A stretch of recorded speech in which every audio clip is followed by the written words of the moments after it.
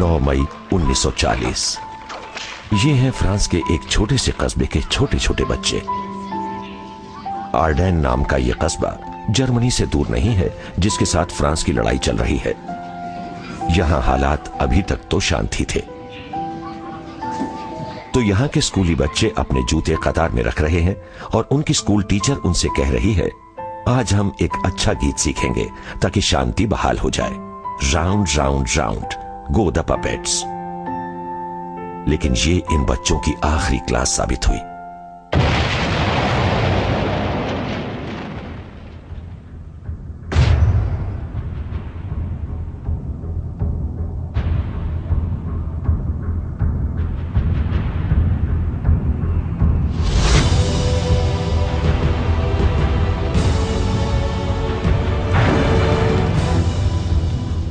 मई 1940 सुबह 5:35 पर जर्मन्स ने हमला शुरू कर दिया।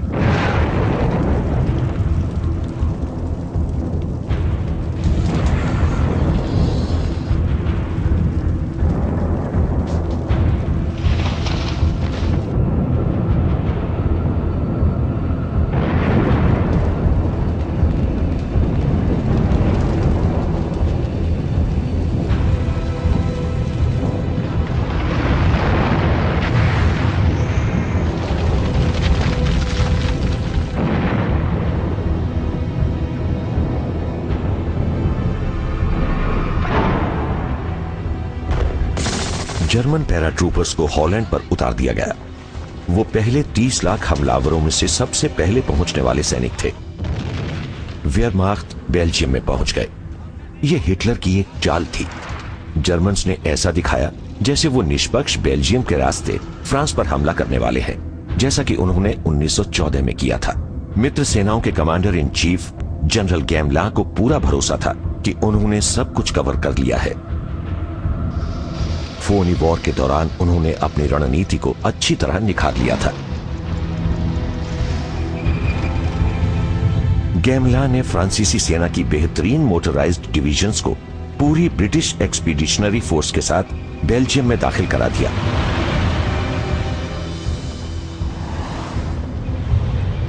ये लड़ाकू सैनिक पूरे दमखम के साथ बेल्जियम से होकर आ रहे जर्मन सैनिकों को रोकने वाले थे।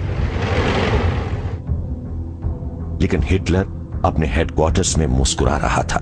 उसकी चाल कामयाब हो गई थी।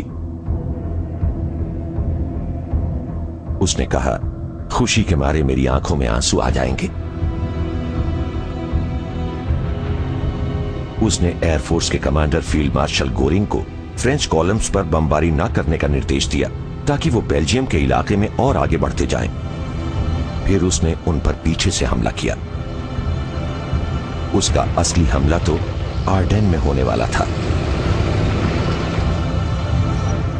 फ्रेंच हाई कमान के मुताबिक कोई भी टैंक कभी भी इतने घने जंगलों वाली पहाड़ियों से नहीं गुजर सकता। लेकिन जर्मन्स को कोई नहीं रोक पाया। अगर वो रुके भी तो सिर्फ अपने ट्रैफिक जैम के कारण।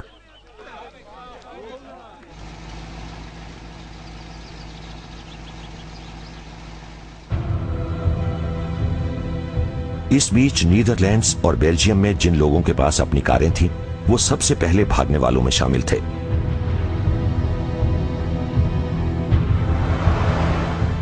हर किसी पर शक किया जा रहा था। कथित फिफ्थ कॉलम को लेकर डर जाहिर किया जा रहा था कि वो नाज़ीज़ के लिए काम कर रहे हैं। जर्मन्स ने अपनी इस नकली रणनीति को जारी रखा और वो खास तौर से प्रशिक्षित हवाई सेनाओं के जरिए बेल्जियम पर हमला करते रहे। सैनिकों ने पोलैंड में अपने अभियान के दौरान गाए जाने वाले गीत को दोहराया। प्रेमिकाओं को इंतजार करना होगा, अब वक्त विदाई का है कॉमरेड। 11 मई को सुबह सुबह उन्हें बेल्जियम में उतार दिया गया। उनका मकसद था एल्बर्ट कैनाल पर मौजूद फोर्ट एबेन एमेल पर कब्जा करना, जो बेल्जियम की रक्षा प्रणाली का केंद्र था और जिसे अभेद्य माना जाता था।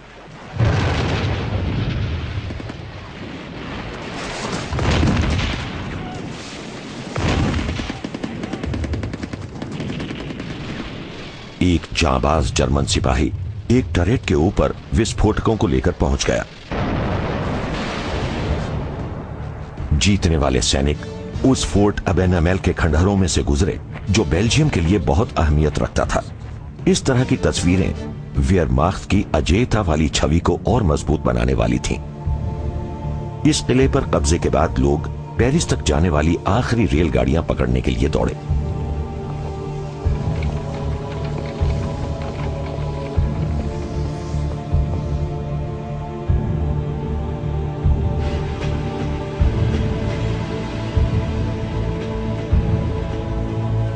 फ्रांस की राजधानी में रेड क्रॉस के पास भारी भीड़ जमा हो गई। बेल्जियम के शरणार्थियों को दक्षिण की तरफ जाने वाली कैटल कार्स में भेज दिया गया।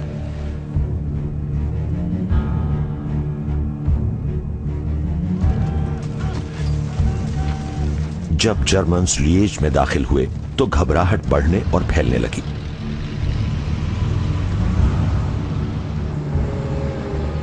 इतनी ताकत के सामने लोगों के पास तो हुक्म मानो या भाग जाओ।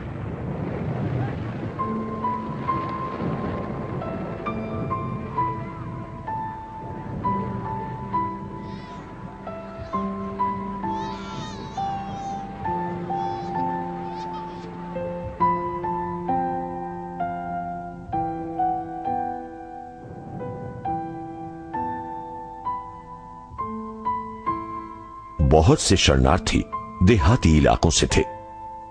इतिहास में ऐसा बहुत बार हुआ है कि किसान सबसे बाद में रवाना होते थे क्योंकि उन्हें अपनी फसलें और अपने मवेशी छोड़ने में बहुत तकलीफ होती थी।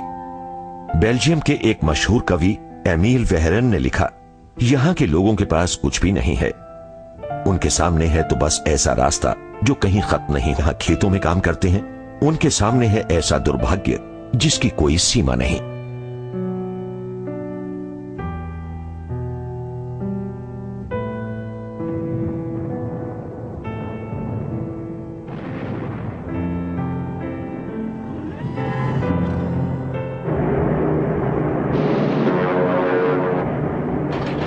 जर्मन्स ने आसमान से हमले शुरू कर दिए।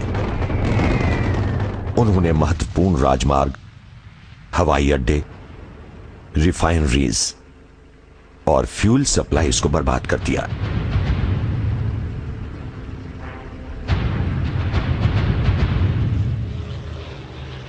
उत्तरी और पूर्वी फ्रांस में शहरों पर बमबारी की गई।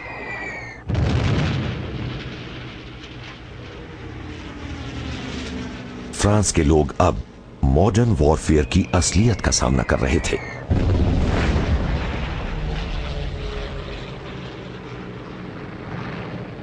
उधर नीदरलैंड्स में रॉटरडैम पोर्ट आग की चपेट में था। इस पर जर्मन्स ने जबरदस्त बमबारी की थी जैसा कि वॉर्सो में हुआ था, लेकिन इन बमों को शहर द्वारा समर्पण करने के बाद गिराया गया था। यह हिटलर का एक और युद्ध अपराध था। लंदन में अब नए प्रधानमंत्री थे विंस्टन चर्चिल। अपने पहले भाषण में उन्होंने ये बात साफ कर दी कि हालात जो भी हों, उनका देश लड़ता रहेगा। मुझे इस बारे में कोई शक नहीं है कि हॉलैंड और बेल्जियम की किस्मत पोलैंड की ही तरह और चेकोस्लोवाकिया और ऑस्ट्रिया की ही तरह ब्रिटिश साम्राज्य और फ्रेंच रिपब्लिक की जीत से ही तय होगी। लेकिन फ्रांस में हालात अचानक बहुत गंभीर हो गए। सिर्फ 3 दिन में जर्मन सैनिक आर्डेन पहुंच गए और वो मर्ज रिवर पर फ्रांस की डिफेंसिव लाइंस की तरफ बढ़ने लगे।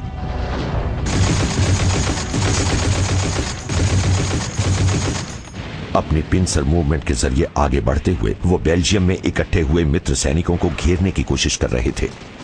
जर्मन इन्फेंट्रीमैन फ्रांसीसियों को इस तरह मात दे रहे थे जैसे वो किसी दूसरी दुनिया से आए थे। हथगोलों,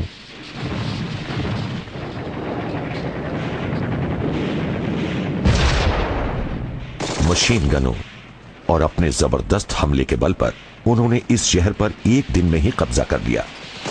सीडोन शहर आर्डेन तक पहुंचने का जरिया था और इसे पहले भी 1870 में फ्रांसीसियों की हार के चलते तबाही झेलनी पड़ी थी। लेकिन जर्मन्स के रास्ते में सबसे बड़ी बाधा थी मर्ज रिवर। 13 मई की रात को ये सैनिक पुल बनाने के लिए बीम्स लाने लगे।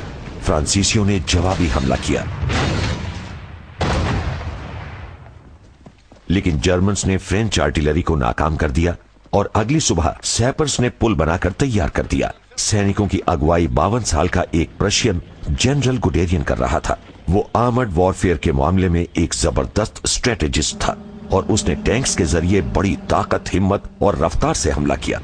ब्लिट्सक्रीग या लाइटनिंग वॉर में दुश्मन को प्रतिक्रिया का समय नहीं मिलना चाहिए। हमले में सबसे आगे थे टैंक, उसके पीछे इन्फेंट्री और आसमान में मौजूद थे विमान, खासतौर पर स्टूकर्स। स्टूकर्स सायरन से सज्जित डाइव बॉम्बर्स थे।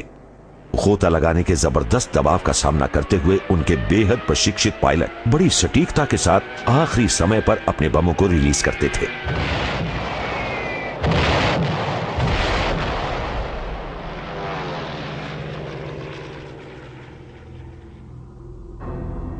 फ्रांस के प्रधानमंत्री पॉल रेनो ने घबराहट में चर्चिल को फोन करके बताया, हमारी हार हो गई है, हम लड़ाई हार चुके हैं। स्थिति के मुताबिक कदम नहीं उठा पा रहे थे। मित्र सेनाएं तो बेल्जियम में फंसी हुई थीं। अब भला वो जर्मन सेना को आगे बढ़ने से कैसे रोक सकते थे?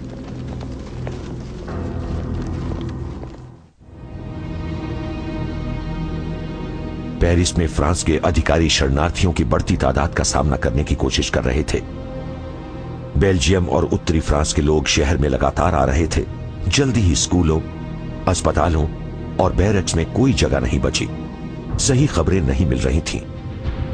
ऐसी अफवाहों का बाजार गर्म था कि गैमला ने आत्महत्या कर ली है, लेकिन ऐसा नहीं था।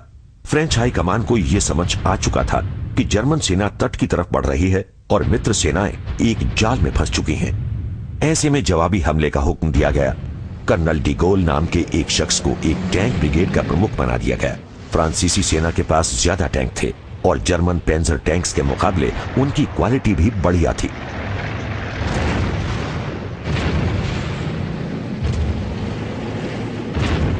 लेकिन बिना रीइंफोर्समेंट और हवाई मदद के फ्रांस के ये टैंक स्टूकर्स के आसान शिकार बन गए।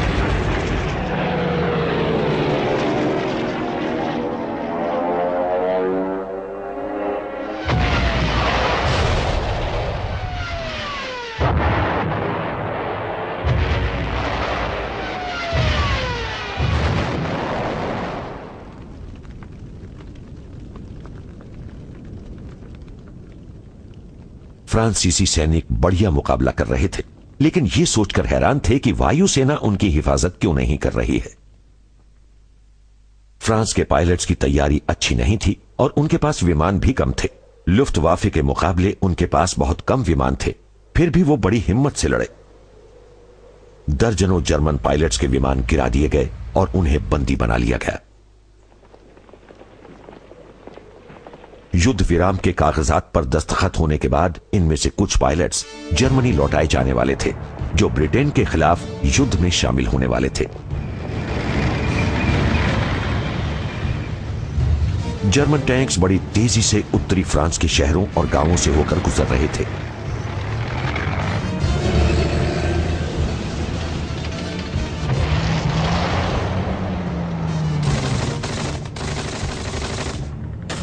फ्रांस के लोगों ने बड़ी बहादुरी से जर्मन्स के आगे बढ़ने की प्रक्रिया को धीमा करने की कोशिश की, लेकिन जर्मन्स ने प्रतिरोध करने वालों को कुचल दिया।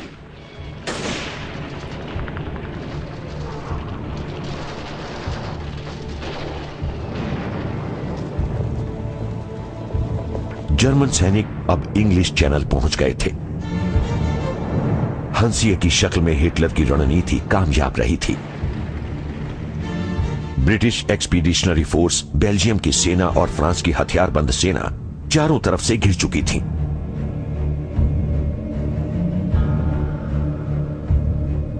बेल्जियम के राजा ने अपनी फौज के साथ समर्पण कर दिया। ब्रिटिश एक्सपीडिशनरी फोर्स तट की तरफ पीछे हट गई, जिससे मित्र सेनाओं का खात्मा ही हो गया। पेरिस में फ्रांस के प्रधानमंत्री पॉल रेनो ने गैमला को हटाकर उनकी जगह 72 साल के जनरल वेगों को दे दी। 1918 में मित्र सेनाओं को मिली जीत का श्रेय उन्हें भी जाता था। मनोबल को बढ़ाने के लिए रेनो ने प्रथम विश्व युद्ध के एक और नायक को वाइस प्रीमियर बना दिया। ये थे 84 साल के मार्शल पेटान, जो जल्द ही रेनॉ की नीतियों से मतभेद जाहिर करने वाले थे। वेगॉन के पास कोई विकल्प नहीं था, उन्हें भी मजबूरन सेनाओं को डनकर्क की तरफ लौटने का आदेश देना पड़ा। हिटलर ने उन्हें जाने दिया। क्या यह ग्रेट ब्रिटेन के प्रति रहमदिली का संकेत था? क्या वो अब भी एक अलग शांति की उम्मीद कर रहा था, या फिर गोरिंग ने उसे यह भरोसा दिला दिया था कि वो उसकी एयरफोर्स सैनिकों को निकालने की किसी कोशिश को रोकने में सक्षम है? तट पर 4 लाख सैनिक अफरा तफरी और लाचारी की हालत में थे। उनके पास यहां से निकलने का आखिरी मौका समुद्र के जरिए ही उपलब्ध था। चर्चिल ने हुक्म दिया कि किसी भी तरह के जलपोतों के जरिए उन्हें वहां से निकाला जाए। डनकर्क के बाहरी हिस्से में फ्रांसीसी सेना ने भारी नुकसान उठाते हुए भी जर्मन सैनिकों को रोका हुआ था।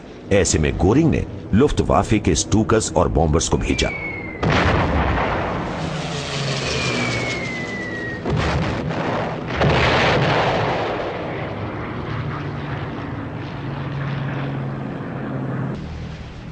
दो 2,18,000 ब्रिटिश और 1,20,000 फ्रांसीसी सैनिकों को कामयाबी से निकाल लिया गया।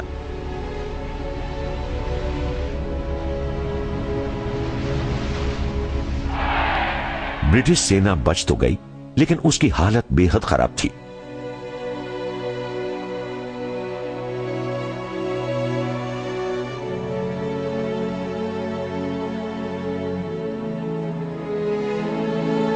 फ्रांसीसी सैनिकों को अपना देश बचाने की आखिरी कोशिश के तहत दोबारा फ्रांस भेजा जाना था।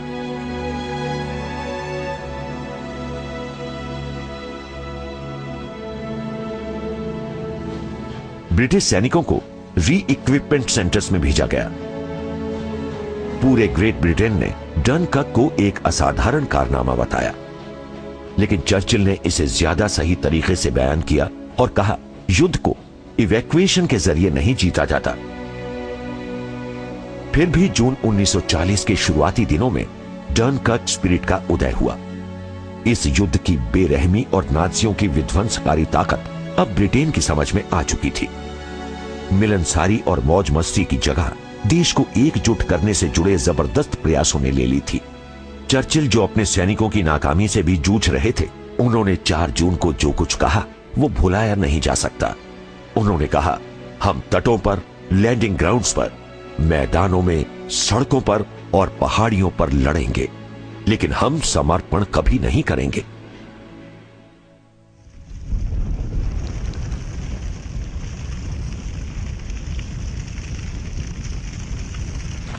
चार जून को जर्मन्स ने डनकर्क पर कब्जा कर लिया।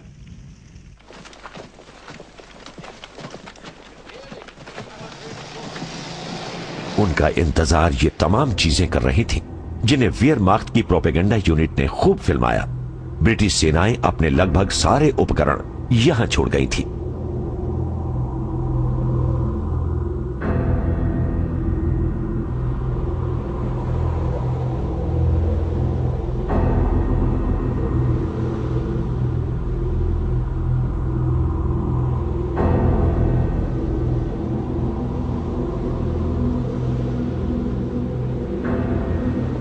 वेयरमाख्त के सिपाहियों ने खुद की भी फिल्में खींची, जिनमें वो काफी खुश दिख रहे थे। उन्हें तो एक फ्रेंच ग्रामोफोन भी मिला, जिसमें मॉरिस शिवालिए का रिकॉर्ड था।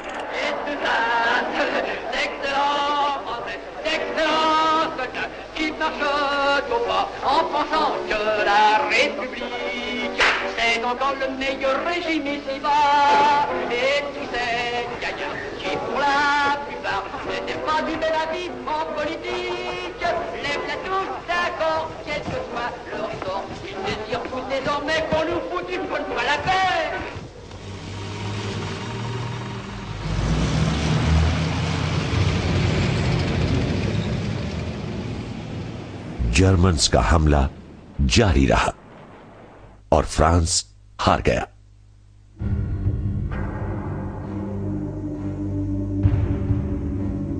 लेकिन रेनो और under secretary of state for defence and war de Gaulle लड़ाई जारी रखना चाहते थे।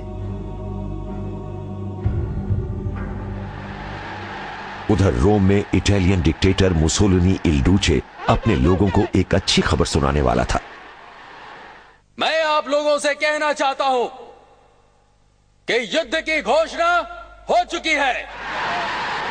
ग्रेट ब्रिटेन और फ्रांस के राजदूतों को इस बात की सूचना दे दी गई है। मुसोलिनी भी लूटे गए इलाके में से हिस्सा चाहता था। ये थे रॉन वैली और मार्से। इसके अलावा वो कोर्सिका और ट्यूनीशिया का निरस्त्रीकरण भी चाहता था। फ्रांस ने कहा कि ये तो पीठ में छुरा घोंपने जैसा है। मुसोलिनी के हमले को तो फ्रेंच एल्पाइन डिवीजन्स ने नाकाम कर दिया। जनरल रोमोल की सेनाएं नॉर्मंडी में घुसकर रों में दाखिल हो गई।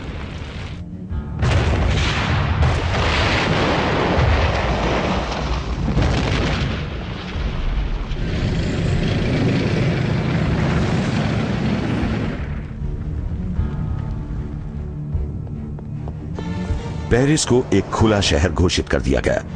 दूसरे शब्दों में यह बिना संघर्ष के दुश्मन की झोली में जा गिरा ताकि उसका हश्र वॉर्सो या रोटरडैम जैसा ना हो। सरकार बोर्डो से काम करने लगी और जर्मन्स शहर की तरफ बढ़ रहे थे। अफवाहें फैल रही थीं कि 1870 में जिस तरह प्रशंस ने किया था उसी तरह जर्मन्स लोगों को मार रहे हैं, बलात्कार कर रहे हैं। सरकार ने पेरिस के लोगों की सुध छोड़ दी थी, लिहाजा वो भाग रहे थे। फ्रांस के तमाम लोग सड़कों पर थे।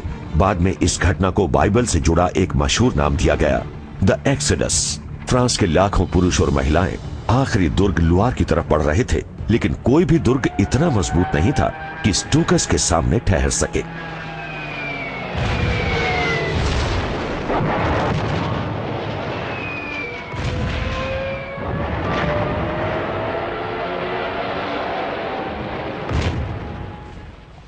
चौदह जून 1940 की सुबह जर्मन्स पेरिस पहुंच गए।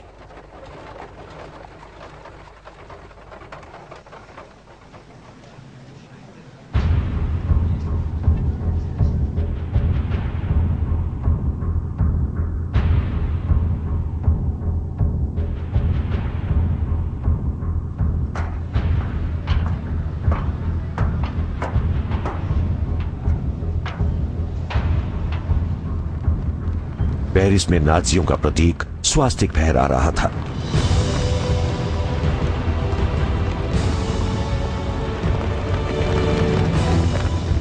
यहां कब्जा करने वाले जर्मन सिपाहियों ने सबसे पहले मिनिस्ट्रीज के तमाम रिकॉर्ड जब्त कर लिए। इनमें जासूसों, यहूदियों और फ्री मेसन्स की लिस्ट्स के अलावा ट्रीटी ऑफ वर्साई की मूल प्रति भी थी, जिसकी वजह से 1919 में जर्मनी की काफी बेइज्जती हुई थी। इसे फौरन हिटलर के पास भेज दिया गया। द एक्सोडस यानी लोगों का पलायन अब रुक गया था। लुआर नदी के ऊपर मौजूद पुलों को उड़ा दिया गया था। अब सिर्फ एक ही उम्मीद थी कि लड़ाई रुक जाए। बोर्डो में मौजूद पेटा भी इस सब का खात्मा चाहते थे। जर्मन्स लगातार दक्षिण की तरफ बढ़े जा रहे थे। फ्रांस की सेना को कभी बहुत ताकतवर माना जाता था, लेकिन अब उसकी हालत बहुत खस्ता थी। फिर भी उसने उस समय कहीं ज्यादा बढ़िया लड़ाई का प्रदर्शन किया। एक महीने में ही 1 लाख फ्रांसीसी सैनिक मारे गए। ये तादाद प्रथम विश्व युद्ध के दौरान इसी अवधि में हुई मौतों से ज्यादा थी और इसे तब तक की सबसे खतरनाक लड़ाई माना जाता था।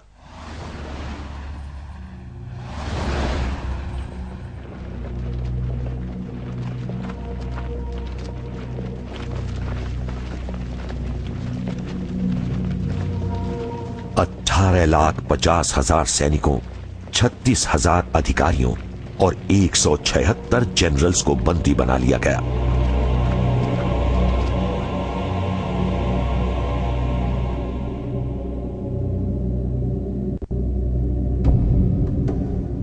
कैदियों में फ्रेंच औपनिवेशिक सेनाओं के कई अफ्रीकी सिपाही भी थे। वेयरमाख्त के एमेच्योर फिल्म मेकर्स ने उन्हें बेहद अजीब किस्म के अंदाज में फिल्माया है। यहां भूखे सिपाही एक बकरी को मार रहे हैं।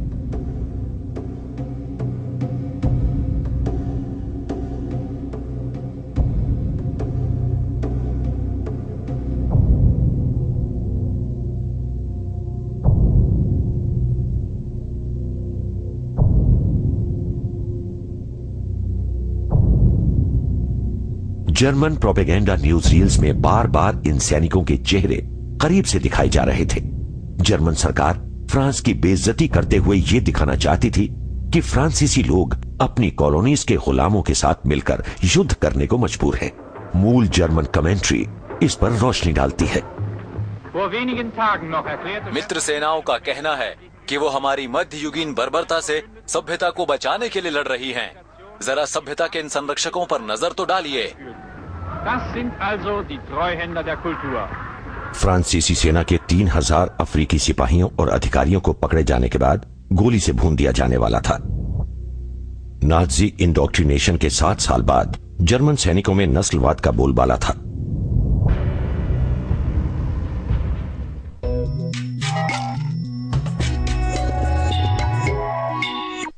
एक आतंकवादी।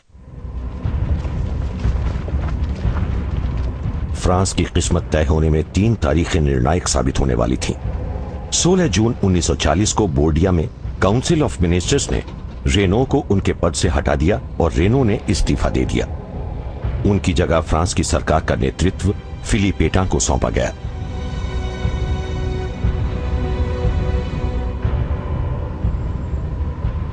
प्लास डे ला बेस्टील। जो लोग पेरिस में बाकी बचे हैं वो मार्शल पेटां की बात सुने।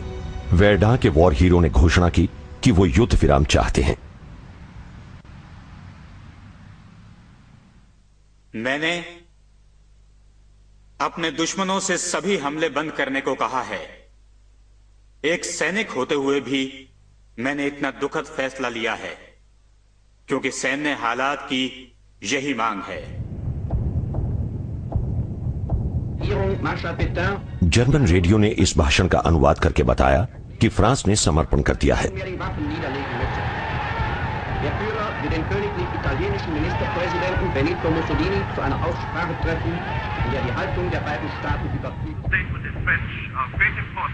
फ्रांस के कुछ लोग रेडियो बीबीसी सुन रहे थे। जनरल डी गॉल लंदन पहुंच चुके थे। 18 जून को उन्होंने युद्ध विराम की निंदा की। कुछ दिन बाद उन्होंने एक नया भाषण रिकॉर्ड कराया। हमारा मानना है कि फ्रांस का सम्मान मित्र सेनाओं के साथ मिलकर इस युद्ध को जारी रखने में ही है।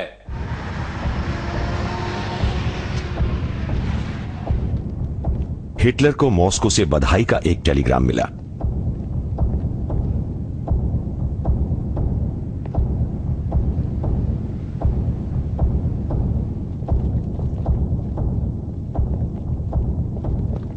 जून 1940 को हिटलर पेरिस के नजदीक कॉम्पियन पहुंचा। उसकी योजना युद्ध हारने वालों का अपमान करने की थी। उसने रेल के उसी डिब्बे को वहां मंगवाया था जिसका इस्तेमाल 1918 में उस युद्ध विराम संधि पर दस्तखत के लिए किया गया था, जिसके कारण जर्मनी की हार मुकम्मल हो गई थी। उसका बदला पूरा हो चुका था।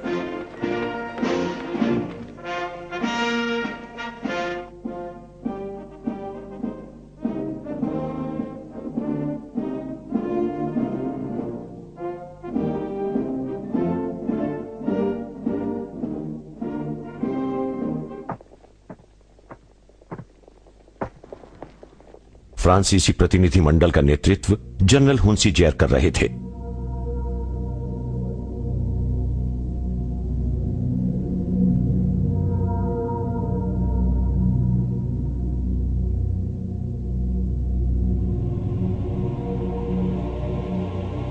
एक दुभाषिया ने उस लेख को पढ़ा जिसमें फ्रांस पर आरोप लगाया गया था कि उसने बिना किसी वजह के युद्ध शुरू किया था।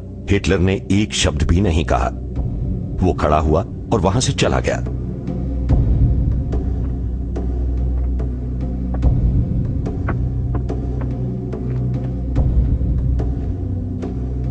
फ्रांसीसी प्रतिनिधिमंडल को युद्ध विराम की शर्तों के बारे में बता दिया गया। एक शर्त यह थी कि फ्रांस उन तमाम नाजी विरोधी जर्मन्स को जर्मनी के हवाले करेगा जिन्होंने फ्रांस में शरण ले रखी है। हुंसी जैर ने नेगोशिएट करने की कोशिश की, लेकिन जर्मन्स ने मना कर दिया। हुंसी जैर ने बोर्डो में सरकार से संपर्क किया। जर्मन सीक्रेट सर्विस ने वेगों के साथ हुई उनकी बातचीत को टेप कर लिया। मैं हुंसी जैर बोल रहा हूं। जी, काम हो गया है। काम हो गया है? हाँ जनरल। बहुत खूब। जिस तरह आपने इस मामले को संभाला है उसके लिए आपका शुक्रिया। यस सर, पर आप मेरी बात अच्छी तरह से समझ रहे हैं ना? हाँ हाँ बिल्कुल। इसके बाद हिटलर ने इस रेल कार को बर्लिन ले जाने का हुक्म दिया। राइख के आखिरी दिनों में उसने एसएस के जरिए इसे डायनामाइट से उड़वा दिया। जल्दी ही प्रथम विश्व युद्ध में फ्रांस की जीत के प्रमुख प्रतीकों का मजाक उड़ाया जाने वाला था, जैसे कि यहां वेरडा में जहां 5 लाख फ्रांसीसी सैनिक मारे गए थे। 20 साल बाद यहां यह मंजर नजर आया।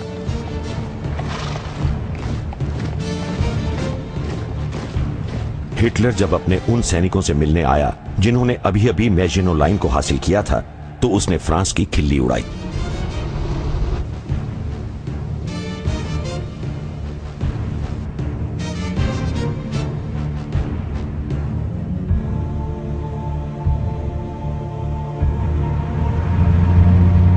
स्ट्रेसबर्ग और उसके कैथीड्रल में दाखिल होते समय वो कहीं ज्यादा औपचारिक लग रहा था।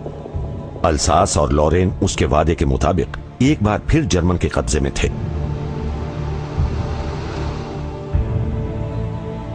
फ्रांसीसी अभियान के दौरान उसे 2000 टैंक, 5000 तोपें, 3 लाख राइफल्स, 40 लाख कारतूस और गोला बारूद मिले।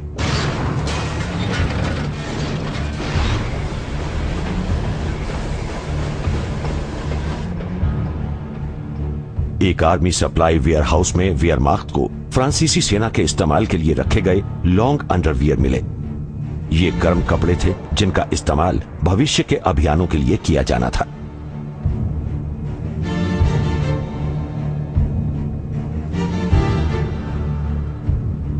इसके अलावा हिटलर को ढेर सी फैक्ट्रीज, हार्बर और फ्रांस की बेशकीमती चीजें भी मिली। युद्ध क्योंकि फ्रांस ने शुरू किया था, तो ऑक्यूपेशन कॉस्ट के रूप में उसे हर दिन 10 करोड़ डॉलर के हिसाब से रकम भी देनी थी। जनरल हुन्सीजर कमीशन की पहली बैठक के लिए जर्मनी गए और उन्होंने युद्ध विराम की शर्तों को जबरन लागू करने का आरोप लगाया।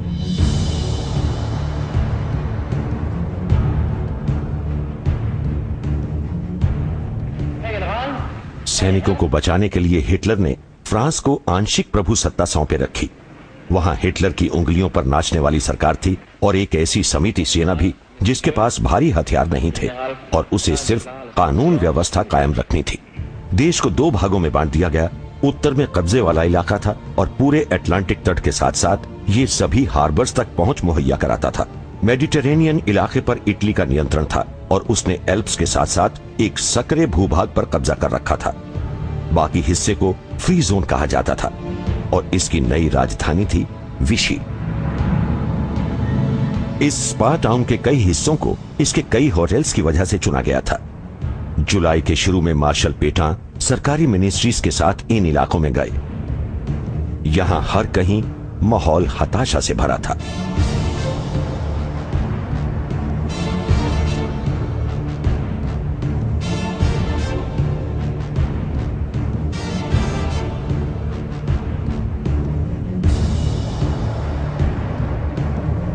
लेकिन इस विशी सरकार ने एक विशाल औपनिवेशिक साम्राज्य और उस नौसेना पर अपना नियंत्रण बनाया हुआ था जो अब भी मजबूत थी। हिटलर का एकमात्र अनुरोध ये था कि इसके जलपोतों पर हथियार न रखे जाएं और वो अपनी बंदरगाहों में ही रहें, क्योंकि उसे डर था कि कहीं वो ब्रिटेन से न मिल जाएं। चर्चिल का डर बिल्कुल दूसरी तरह का था। उन्हें ये डर था कि ये कहीं जर्मनी के कब्जे में न आ जाएं। उन्होंने रॉयल नेवी से इन्हें खत्म करने को कहा।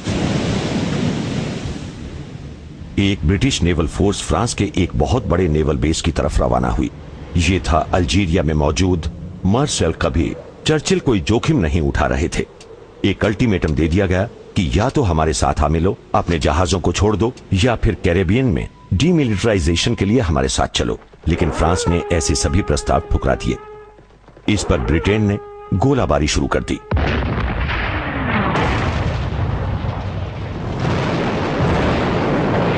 फ्रांस के 2 बैटल शिप्स को बहुत नुकसान हुआ और ब्रिटानिया नामक एक जहाज डूब गया। 1297 फ्रांसीसी सैनिक मारे गए। चर्चिल ने अपने देश के लोगों, पूरी दुनिया और सबसे बढ़कर अमेरिका को अपनी प्रतिबद्धता दिखाने के लिए अपने पूर्व सहयोगी देश पर हमला कर दिया, जिसका बेड़ा ब्रिटेन के तटों पर जर्मन्स को लैंड करने में मदद कर सकता था। हमले के 2 दिन बाद विशी की सरकार ने ब्रिटेन के साथ अपने कूटनीतिक संबंध तोड़ लिए।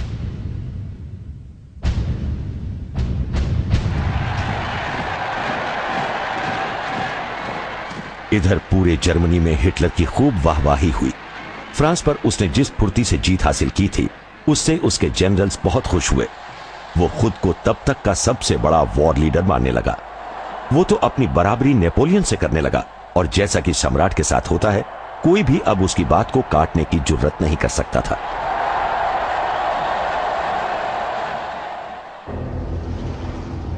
चैनल आइलैंड्स, जर्सी और गर्नसी पर अब जर्मनी का कब्जा था। ये ग्रेट ब्रिटेन पर हमले के स्टेपिंग स्टोन्स जैसे थे।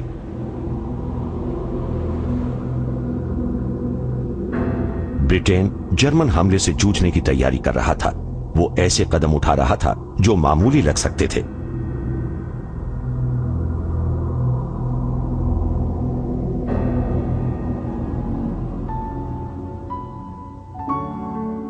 एक और फौरी कदम के तहत बच्चों को सुरक्षा के लिए देहात की तरफ भेज दिया गया। ये पल हमेशा बड़ा दुखदाई होता है।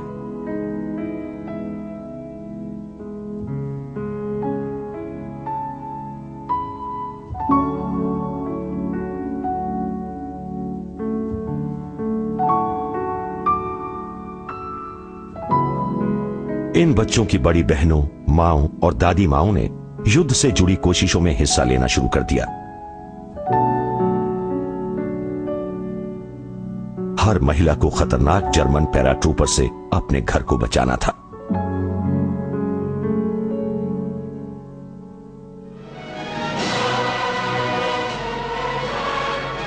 पुरुष होमगार्ड के लिए स्थानीय डिफेंस वॉलंटियर बन गए। इनमें प्रथम विश्व युद्ध के अनुभवी सैनिक भी थे। इच्छुक और समर्थ लोगों को इकट्ठा किया गया, जबकि डनकर्क से बचाई गई सेना में बदलाव लाए गए। अमेरिका ने राइफल, मशीन गन और विमान भेदी तोपें सप्लाई की, और हर किसी ने अपनी महारत को निखारा।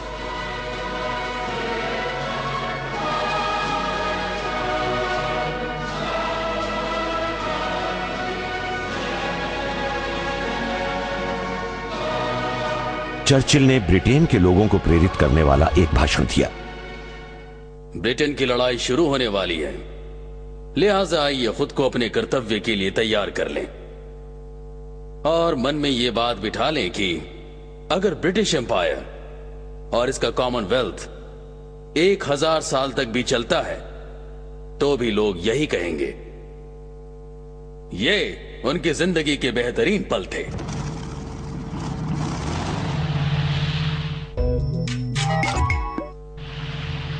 चर्चिल के मुख्य हथियारों में से एक थी रॉयल एयरफोर्स। अन्य शानदार विमानों के अलावा उसके पास रोल्स रॉयस इंजन वाला स्पिटफायर विमान भी था, जो दुनिया के बेहतरीन फाइटर प्लेन्स में से एक था। ब्रिटेन इलेक्ट्रॉनिक्स के क्षेत्र में भी बहुत आगे था। सुरक्षा के मकसद से ब्रिटेन ने रेडार का इस्तेमाल सबसे पहले किया था। ऑपरेशन रूम में रेडार का इस्तेमाल विमानों का पता लगाने और दुश्मन की तरफ जाते हुए पायलट्स के दिशा निर्देशन के लिए किया जाता था। पूरे ब्रिटिश साम्राज्य के पायलट्स के साथ साथ वहां ऐसे भी बहुत से एयरमैन आ जुटे थे जो जर्मन के कब्जे के दौरान अपने देशों से भाग आए थे या जिनकी सरकारें लंदन में निर्वासन में थीं, जैसे पोल्स, डच, चेक्स। साथ ही डिगॉल की अगुवाई में फ्री फ्रेंच फोर्सेस की पहली टुकड़ी थी। बहुत से ब्रिटिश पायलट्स ऑक्सफोर्ड और कैम्ब्रिज के स्टूडेंट्स थे। इन्हीं में से एक थे रिचर्ड हिलरी, जिन्होंने बाद में लिखा, हमें लंबे बालों वाले लड़कों के रूप में जाना जाता था। हम खोए खोए से रहते थे और बिगड़ती थी। हमें स्वार्थी और ईगोसेंट्रिक भी कहा जाता था। युद्ध में किसी बहादुरी की जरूरत नहीं थी, लेकिन इसने हमें खुद के सामने और दुनिया के सामने यह साबित करने का मौका दिया कि बेशक हम अनुशासित नहीं थे, लेकिन हिटलर के हठ धर्मी नौजवानों का मुकाबला हम ही कर सकते थे। इन जर्मन पायलट्स को हिटलर योगन यानी हिटलर यूथ ने बदला लेने के मकसद से प्रशिक्षित किया था।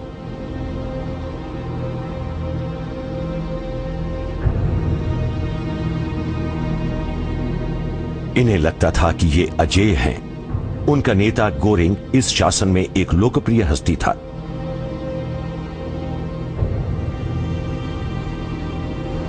गोरिंग एक ऐश परस्त इंसान था और अक्सर पेरिस के होटल रिट्स में ठहरता था, और उसने लग्जमबर्ग पैलेस को लुफ्तवाफे के हेडक्वार्टर्स में बदल दिया था।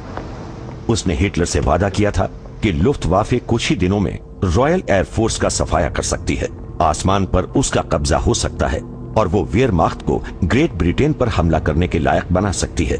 लुफ्तवाफे के लिए फ्रांस की सारी हवाई पट्टियां, उनके इंस्टॉलेशंस और उपकरण उपलब्ध थे। इसके पायलट्स ने बहुत अच्छी ट्रेनिंग ली थी, चाहे ये सिगार की अपनी खास पहचान वाले एडोल्फ गेलॉन्ड हों, जिन्होंने स्पेन में रिपब्लिकन्स के खिलाफ लड़ाई लड़ी थी, या फिर बैटल ऑफ फ्रांस के महारथी वेरना मोल्डर्स। वेरना ऐसे पायलट्स में से एक थे जिनका विमान गोलीबारी में गिरा था। इन्हें बंदी बनाया गया था और फिर जर्मन्स को लौटा दिया गया था। अब ये ग्रेट ब्रिटेन के खिलाफ हवाई हमले का एक हिस्सा थे। कब्जे वाले फ्रांस की इन एयरफील्ड से उड़ान भरकर जर्मन्स चैनल, हार्बर्स और दक्षिण इंग्लैंड के एयरफील्ड्स पर हमला करने वाले थे।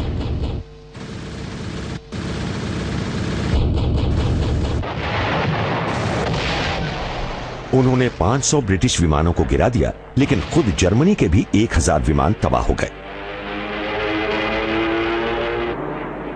ब्रिटिश पायलट मोर्चा संभाले।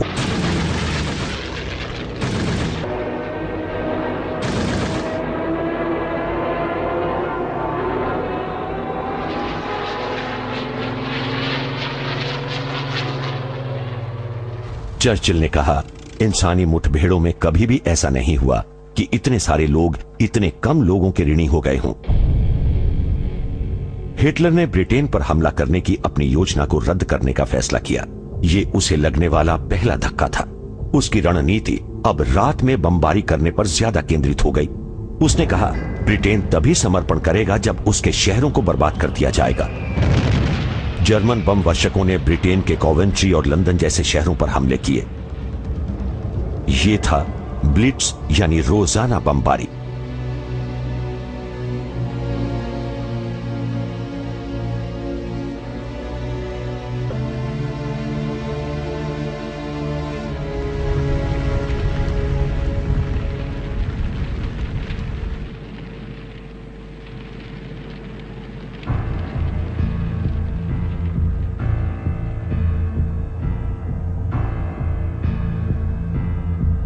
जहां तक ब्रिटिश लोगों का सवाल है, उन्होंने कमाल की हिम्मत दिखाई।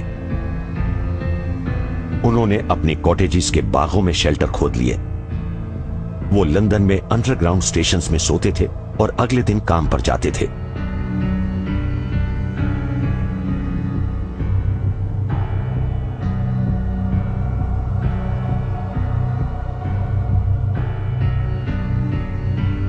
उन्होंने अपने विश्वास और अपनी सेंस ऑफ ह्यूमर को कभी नहीं गंवाया।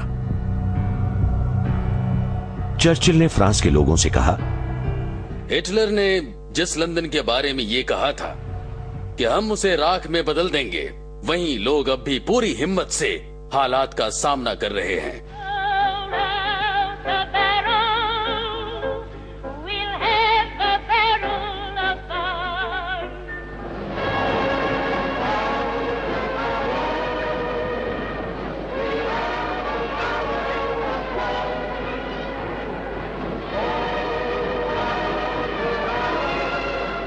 हिटलर बुरी तरह चिढ़ चुका था।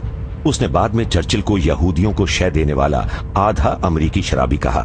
इसके बाद जब कभी वो नाकाम होता था, यहूदियों के खिलाफ जहर उगलता रहता था।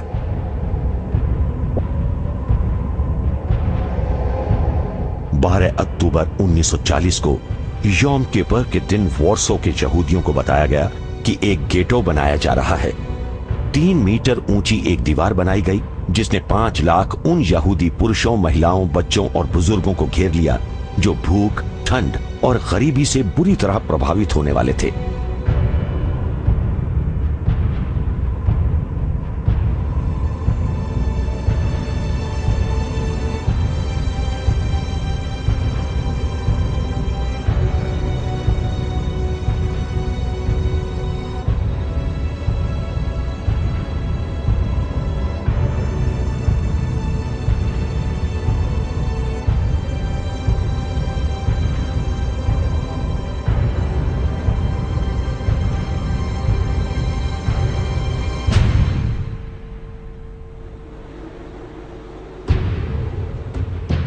बेवेरियन एल्प्स के इस शैले बैगहॉफ में हिटलर की यह फिल्म उसकी मिस्ट्रेस ईवा ब्राउन ने बनाई है।